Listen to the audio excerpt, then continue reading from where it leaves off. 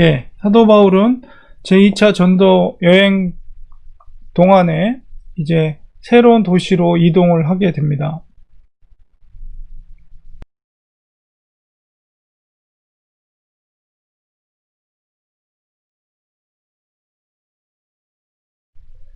빌립보에서 이제 암비볼리 그리고 아볼로니아를 지나서 이제 데살로니가를 이제 도착하게 됐는데요. 우리가 사도행전 오늘 본문 속에서는 그냥 도시 이름만 기록이 되어 있죠. 암비볼리, 아볼로니아. 그러나 암비볼리는 이제 로마 이전에 마게도니아, 특별히 이제 알렉산더 대왕이 다스렸던 이 지역의 수도가 암비볼리였다고 합니다. 암비볼리와 그 다음에 아볼로니아, 이 도시에서도 사도 바울이 복음을 전했다는 증거를 영상을 통해서 제가 봤는데요. 예배 끝난 다음에 제가 보내드리겠습니다. 그래서 도시 이름만 기록되어 있지만 사도 바울은 그 도시를 지나면서 계속해서 복음을 전했고, 그 흔적들이 오늘날에도 그 역사 속에서 교회의 터들이, 엄청나게 큰 교회의 터들이 그 지역에 남아있는 것을 보게 됩니다. 드디어 이제 데살로니가에 도착을 해서 데살로니가에서 대략 3주 정도, 이게 비교적 다른 도시에 비해서 짧게 머물러 있던 도시가 데살로니가 지역이었다는 것을 우리가 알 수가 있습니다. 그래서 새 안식일이라고 그랬으니까 대략 한 21일 정도를 그 도시에 머물러 있었고, 항상 바울이 새로운 도시에 들어가면 회당에 들어가서 복음을 전했습니다. 그래서 회당에 들어가서 성경을 가르치고 복음을 전할 때 예수 그리스도께서 바로 십자가에서 죽으심과 그 3일 만에 다시 부활하신 것을 그들 앞에서 증거하였고, 바로 그 예수가 그리스도다. 그리스도라는 것은 메시아라는 뜻이고 왕이라는 뜻이죠. 임금이라는 뜻이죠. 그 복음의 아주 핵심적인 것, 십자가의 사건과 부활의 사건을 증인하고, 바로 그 예수 그리스도께서 하나님의 아들이라는 것, 우리를 구원하시기 오신 메시아라는 것을 그 데살로니가 사람들에게 전했습니다. 그런데 그 중에 특별히 경건한 헬라인, 그리고 큰 무리, 또 적지 않은 귀부인들이 바울과 실라의 말씀을 듣고 그를 따랐다. 그 속에서 역시 복음이 받아들이는, 많은 사람들이 그 복음을 받아들이는 놀라운 역사를 보게 됩니다. 그러면서도 또 반면에는 유대인들, 그러니까 구약의 말씀만을 가르쳤던 유대인들에게 있어서 바울과 실라의 복음을 받아들인 데살로니가 사람들이 그것을 받아들이는 것에 대해서 시기하여서 저자의 불량한 사람들을 데리고 떼를 지어서 성을 소동하게 했다. 유대인들이 조직적으로 아주 깡패 용역 이런 사람들을 불러다가 바울과 실라가 복음을 전하는 것을 회방하기 시작했어요. 특별히 이제 야손이라는 사람의 이름이 등장하는데, 그는 바로 바울의 복음을 받아들였던 사람으로 우리가 알 수가 있습니다. 야손의 집에, 주로 이제 야손의 집에 머물러 있었던 것 같아요. 바울과 실라가. 그곳에 사람들을 데리고 가서 야손을 이제 끌어다가 바울과 실라가 어디 있는지를 신문을 하는 내용이 담겨져 있습니다. 그러나 그곳에서 있지 않았고, 이미 제자들이 바울을 피신시키는 그런 내용들이 이제 이어지는 말씀 속에서 있게 되는데요. 바울과 실라 대신에 야손을 끌어다가 그를 구금시킵니다. 그리고 이제 야손을 잡을 때에 이제 어떻게 이야기를 하냐면, 가이사의 명을 거역하여 다른 임금 곧 예수라는 이가 있다 하더이다. 바로 예수 그리스도께서 메시아라는 것을 전했던 것을 기억하고 야손을 그렇게 고소해서 그를 이제 포박하고 구금시키게 되는 그런 모습을 보게 됩니다. 이 배경적인 이야기는 당시에 로마의 황제들이 신성화했죠. 황제를 신성화하는 그런 정책을 펼쳤습니다. 그래서 황제가 신과 같은 존재. 그런데 예수 그리스도께서 왕이다, 메시아다 라고 이렇게 주장하는 것에 대해서 황제의 어떤 지시와 그런 신성시하는 것을 거역하는 무리가 바로 바알과 실라이며 그를 추종하는 그리스도인들이라 라는 것을 이렇게 주장하면서 그리스도인들을 핍박했던 것을 우리가 보게 됩니다. 그러나 그들의 주장대로 오늘날도 역시 마찬가지지만 예수 그리스도만이 바로 메시아가 되며 하나님의 아들이며 하나님 나라의 임금 된다는 것을 바울은 그것을 도시마다 그것을 증거했고 여전히 우리도 그 사실을 믿고 있습니다. 오늘날에 이 땅에 많은 임금들이 있죠.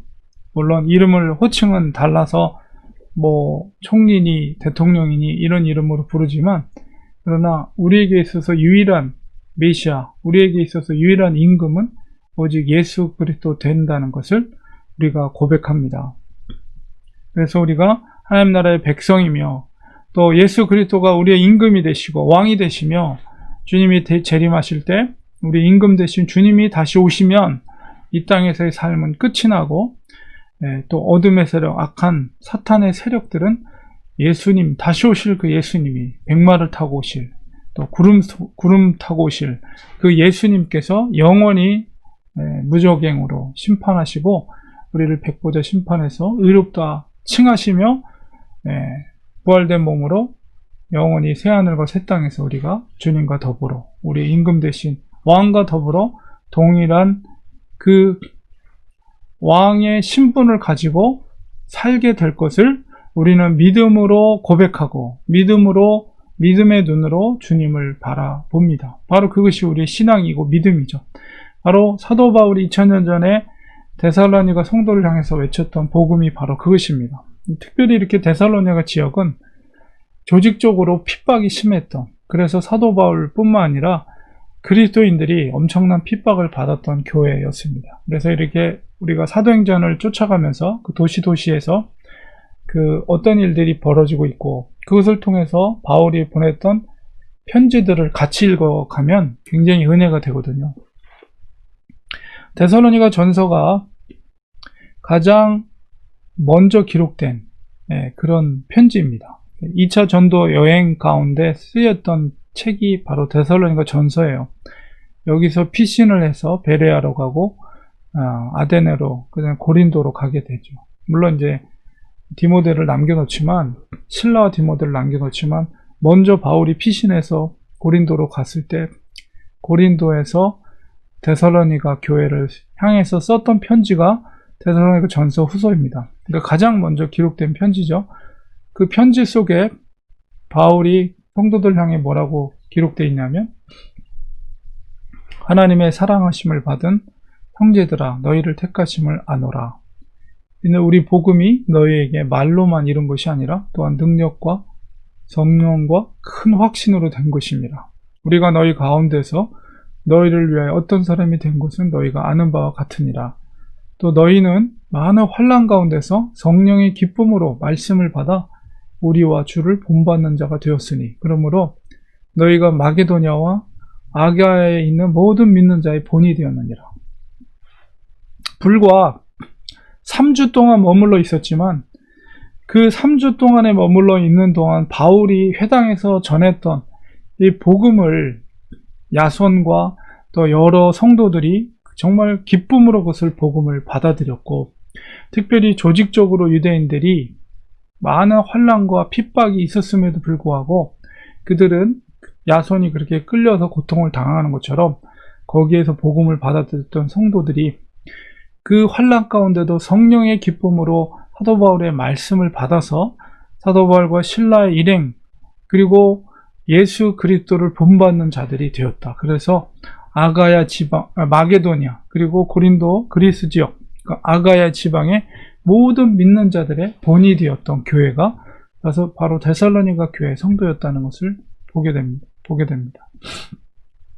그리고 이제 데살로니가전서 2장 19절에 보면 우리의 소망이나 기쁨이나 자랑의 면류관이 무엇이냐. 그가 강림하실 때, 예수님께서 강림하실 때 우리 주 예수 앞에서 바로 너희들, 데살로니가 성도 너희들이 우리의 소망이다. 바울과 실라와 디모데, 우리의 소망이요 기쁨이다. 그리고 자랑의 면류관이다. 이렇게 그들을 인정해주고 있고, 너희는 우리의 영광이요 기쁨이다. 이렇게 사도 바울이 이야기하고 있습니다. 그래서 그 고난받는 성도들에게 항상 기뻐하라, 쉬지 말고 기도하라, 범사에 감사하라. 이는 그리스도 안에서 하나님의 뜻이다. 이것을 이제 데살로니가 성도들에게 강조하는 서신서가 바로 데살로니가 전서이고, 그다음에 데살로니가 후서, 예수님의 재림의 서신, 이것이 바로 그 사도 바울이 데살로니가 성도들에게 어떤 마음을 가지고 있었는가를 알 수 있는 것이죠. 그래서 오직 하나님 나라의 임금 되시는 예수님, 재림하실 예수님을 바라보고 이 고난을, 너희들이 이 환난과 핍박을 견뎌내라, 믿음으로 승리해라, 이렇게 당부하고 있는 편지가 데살로니가 전서이면서 또한 데살로니가 후서입니다. 그래서 데살로니가 교회가 어떤 교회였는가, 정말 아름다운 교회, 정말 짧은 시간 동안 복음을 전했지만 정말 그 환난 가운데 성령의 기쁨으로 복음을 받았던 아름다운 교회라는 것을 우리가 알게 됩니다. 그러니까 이것을 볼 때 신앙생활을 오래 했다고 해서 믿음이 좋은 것도 아니고요. 짧은 시간이지만 정말 그 예수 그리스도의 복음을 정말 마음을 다해서, 목숨을 다해서 그 예수 그리스도의 믿음을 지키는 것을 통해 헌신했던 데살로니가 성도들을 통해서 볼 때 하나님의 은혜, 그것은 하나님의 은혜라는 것을 깨닫게 됩니다. 짧은 시간 동안 바울과의 만남이었지만 그 속에 하나님의 놀라운 성령의 은혜가 그 교회 성도들에게 임했다는 것을 보게 됩니다. 우리 뒤에 있는 이 교회 예배당의 모습은 현재 이제 데살로니가 지역에 있는 유명한 교회 중에 하나인데요. 가장 큰 교회가 사도 바울 기념교회가 있고, 이게 두 번째로 유명한 교회인데, 물론 이건 드미트리오르 교회라고 해서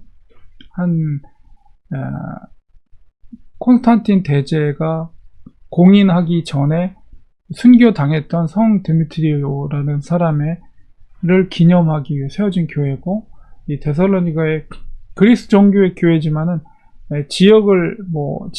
그 데살로니가 지역의 성자로서 추앙되는 그런 분의 그 기념하는 교회이기 때문에 두 번째로 큰 교회라고 합니다. 그래서 이 데살로니가 교회에 이렇게 복음이 전해지게 될 수 있었던 계기가 바로 이 사도 바울의 이 짧은 만남 속에서 되어진 복음의 전파를 통해서 놀라운 이 지역의 복음화가 이루어진 것을 보게 됩니다.